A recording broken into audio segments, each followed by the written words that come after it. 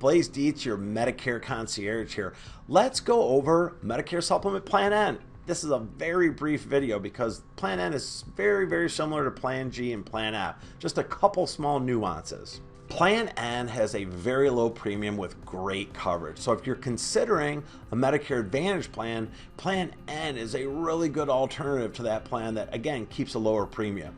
Now, you may have seen my other videos on Medigap Plan F and Plan G, so I even discussed Plan N. Well, Plan N, F, and G are the three most popular Medigap plans, and you need to understand the benefits of all three and then determine, based on your needs and budget, which plan is best for you. Plan N offers solid coverage and great bang for your buck value when it comes to Medigap plans. So let's start with one of the best benefits of Plan N. It has a lower monthly premiums compared to both Plan F and G.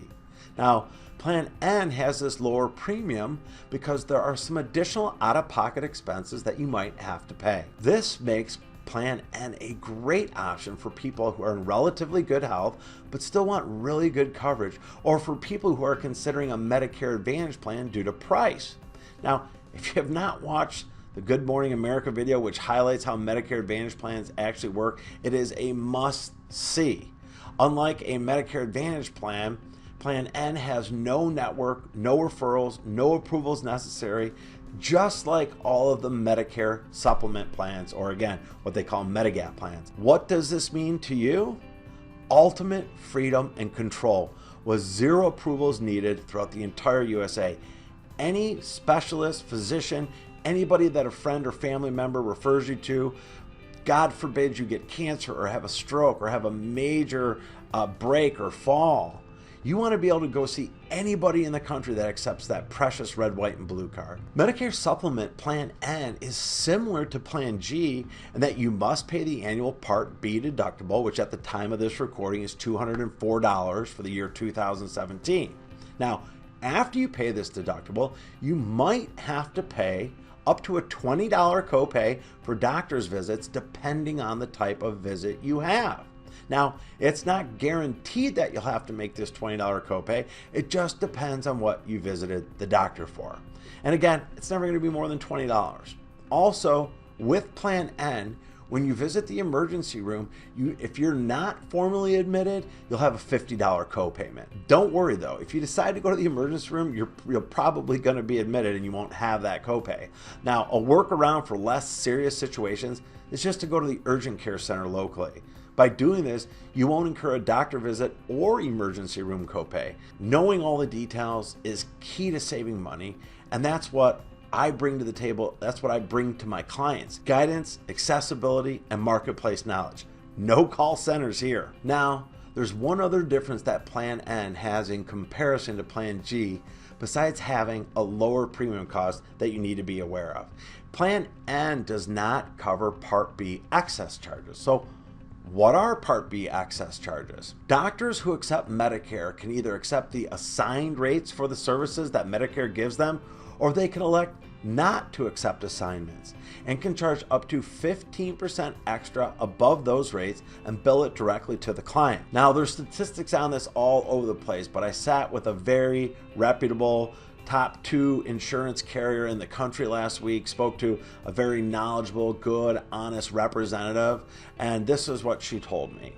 99.3% of doctors accept assignments. Number 2, the ones that do not, those excess charges never total more than $20. So it's really more smoke and mirrors to try and sell you into a more expensive plan. In my opinion, you do not need to worry about this excess charges issue. So Medigap Plan N could be the best choice for you. Be smart and contrast the premiums against Plan G or Plan F in your area to see how much it would save you. Or you can contact me directly anytime and have me do it for you. You just may want to change into Plan N. It really offers an amazing bang for your buck. Call me at the number that you see, and if there is a click to schedule button that you see also, you can instantly access my calendar and choose a time to speak that's best for you. I enjoy getting to know all of my clients. My mom and dad are both seniors. I've had a lot of fun saving them money and helping them out and their friends and my other family members out. I really enjoy listening to your fixed income situation, to your medical needs. You know, my number one goal is to earn the right to become your Medicare concierge for the rest of your life. And here's the best part. Because I'm an independent agent, you're not allowed to pay me to help you. The carriers have to take care of that. I treat all of my clients just like they were my mother or my father. I'm going to make sure you get into the right Medigap plan. And God forbid if you can't afford it or health reasons prevent you from choosing a Medigap plan, I've hired the top Medicare Advantage agents in the country to help you out. Okay. I want to leave you with this Good Morning America video. It's something that you might want to share with your friends that can afford a supplement plan, that don't have health issues preventing them from a supplement plan. ABC's Good Morning America really reveals the truth about how Medicare Advantage plans treat you, or how most of them, I should say, treat you when you're most in need of help. And again, you talk to a physician or talk to a specialist in your town, they'll verify what Good Morning America exposes here.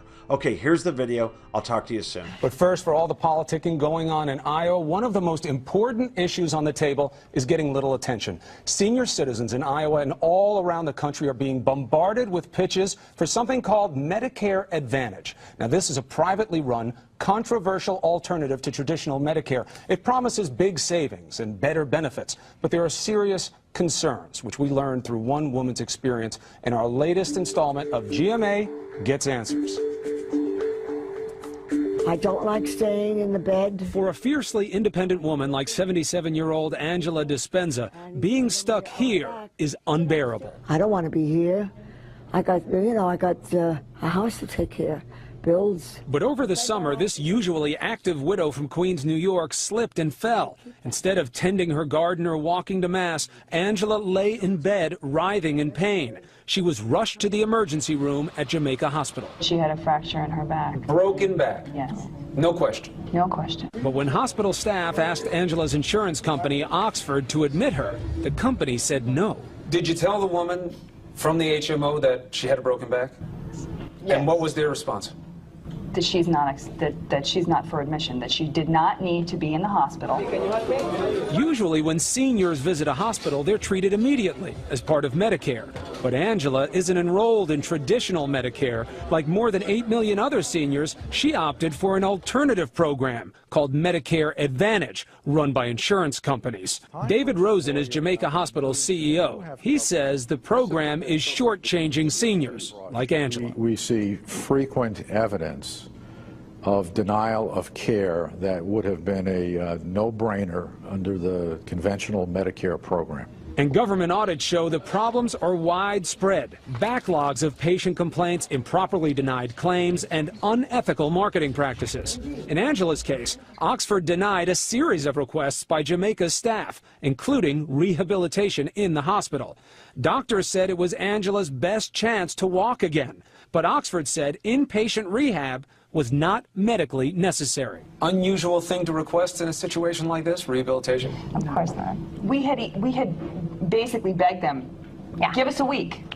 Try her for a week. If she doesn't work for a week, then what are you going to do? You're not going to pay us anyway. We're going to be in the same boat we're in right now. Just try her for a week. No. No. No. Surprised by what the HMO said? Stunned. Critics like Rosen say denying care for Medicare Advantage patients isn't good medicine, but it is good business for insurance companies. They're making a lot of money. Last year, Oxford's parent company, United Healthcare, made more than $4 billion. Some of that profit came from you, because Oxford and other companies are paid by Washington to run Medicare Advantage, even though government reports show it can cost as much as 20% more than the traditional program. Despite the higher price tag, critics say for some patients it's hard to see the advantage. In Angela's case, rather than keeping her in the hospital for rehab, Oxford sent her home in the back of an ambulance. She said, well, I guess I'm just going to stay in my bed then and die. A week later, she was back at Jamaica Hospital with bed sores. That's when we met Angela. What would you say to the insurance company? How dare you do these things to me? I was paying every year.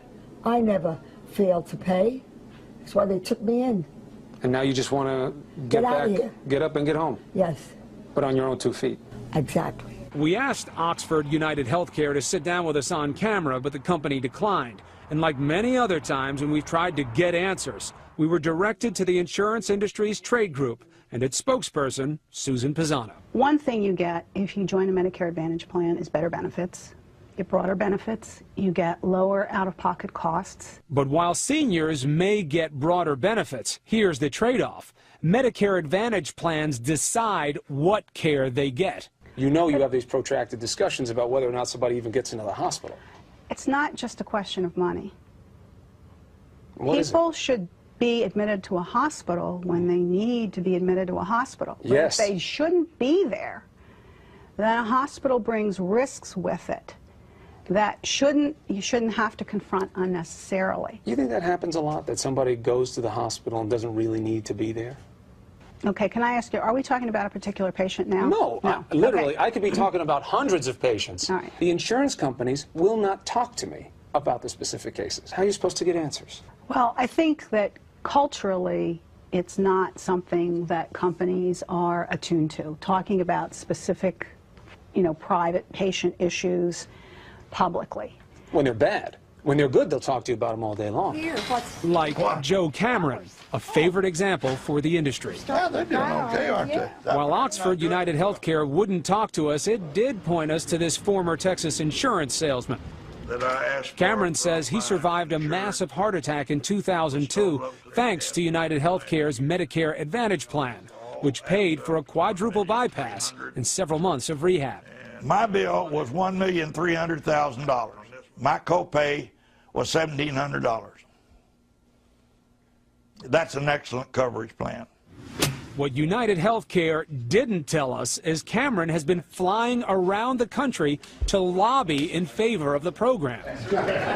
And Cameron says the insurance companies paid his travel expenses, including United Healthcare, the same company that sent Angela Dispenza a denial of coverage letter while she was still lying in Jamaica Hospital. Your name, your identification number. Now that letter said Angela could appeal the decision. So with her permission, GMA did just that. And a month later, we got a response. The letter didn't say if Oxford was wrong to deny Angela's care or even who would pay her bills, but it did say that the issue was not for Angela, that it was between Oxford and Jamaica Hospital. Yeah. Lucky for Angela, Jamaica Hospital gave her inpatient rehab, providing the same treatment Oxford called not medically necessary. And look at her now. Angela is back on her feet, walking, and she can't wait to go home. I'll be dancing. I'll be dancing. She will be dancing, and she's beautiful. Again, Angela was lucky here because she got the rehabilitation, and the insurance company said she won't be billed for it. But Jamaica Hospital says it still hasn't been paid by Oxford and doesn't think it will be. In fact, the hospital's parent company is suing Oxford in federal court over issues just like this one. And Kate, we talk to a lot of experts who say patients aren't as lucky as Angela very often, that they get turned away by the hospital, and that this is something people have to think about. Let's point out what the difference is in Angela's case. That letterhead from ABC News. Maybe. This hospital, to be frank, Jamaica Hospital is lobbying very actively on her behalf. But So it could be partly that, too. It could. But we like to get involved in these things because you see someone like Angela, and it takes your heart, and it hurts it because but you you want to see wonder her how get many the other best care. patients out there could That's use right. a letter from someone like you That's exactly, to go after that's the exactly system. right. And that's why we do the stories, because the more people know about it, the more we pay attention, the more people there are to help people like Angela. Wow, right? Amazing video. Now, unless you have a major health issue that prevents you from choosing a medical supplement plan, or you cannot afford a medical supplement plan, you need to think about that video you just saw. Share that video with your friends and family that, again, do not have major health issues and can afford a Medigap plan. Unless they've lost their marbles, they would never choose a Medicare Advantage plan over a Medigap plan. God bless you. I'll speak to you soon.